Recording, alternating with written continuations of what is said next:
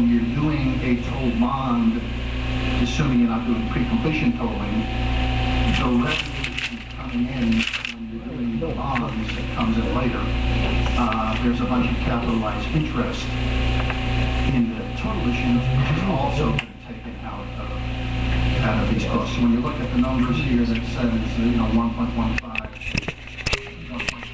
is the wide range there. That's the net project. The actual bonds themselves would be greater than that to account for the issuance cost, the capitalized interest, and reserves, and that kind of stuff. Have you run that calculation? Excuse me? Have you run that calculation? Do we know what the total cost of tolling for this project will be? What the total revenue generated will be? You mean year by year? Yes. Yes. What we've done is we've generated gross toll revenues year by year. We have a high and a low. We have a high, I'll call it middle.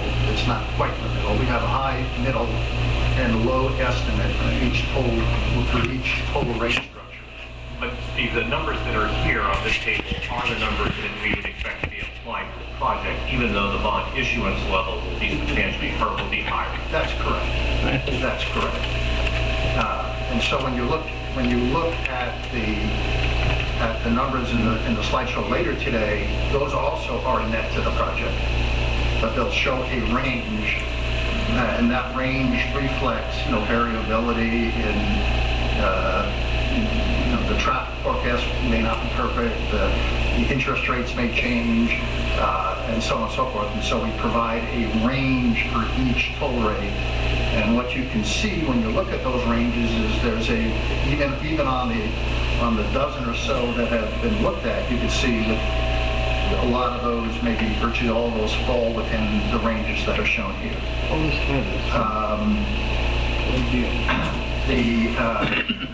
The next revenue source is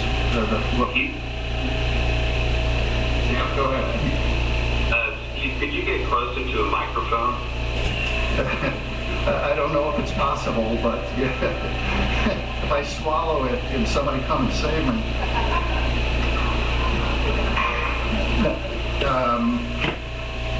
I'm sorry.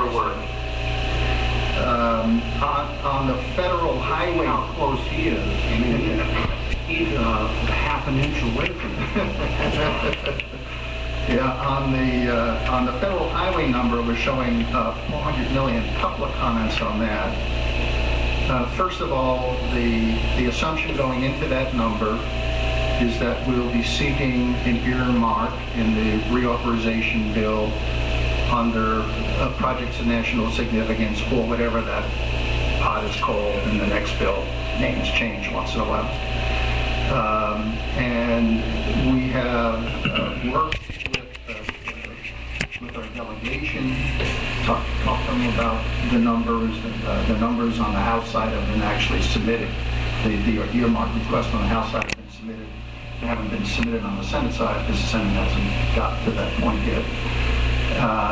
And so there's a certain comfort with the fact that this number is not unreasonable and not really, not they could maybe change her name. Low. There is the possibility that the projects of national significance program could in fact become a competitive program like V-Stars. We don't know. If that is the case, it is possible that you can get more than $400 million. We don't know. But where we're starting from, is the assumption that it's an earmark, it's an above the line earmark, meaning it's not taken out of the rest of the allocation to the states.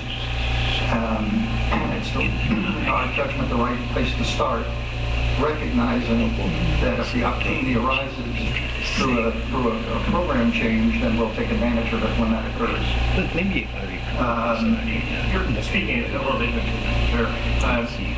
speaking a little bit if that's the lower end, it seems to me that earmarks, and what we're seeing is hundreds of thousands, not millions.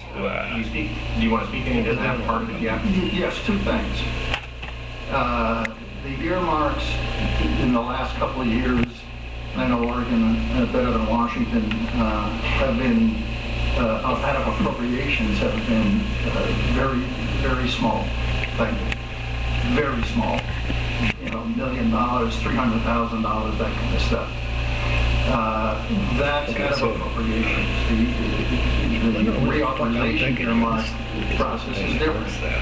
It actually is different each authorization cycle. We believe that we're in good shape on this project to be competitive Cameras in the function reauthorization quite bill well. because it is a project. It is truly a project of national significance. It is by state, it is by modal, and There you go. kind of hits all the right points based on the current priorities as we understand them, that Congress would be interested in. So, is a $400 million earmark a large earmark even in reauthorization? Answer yes.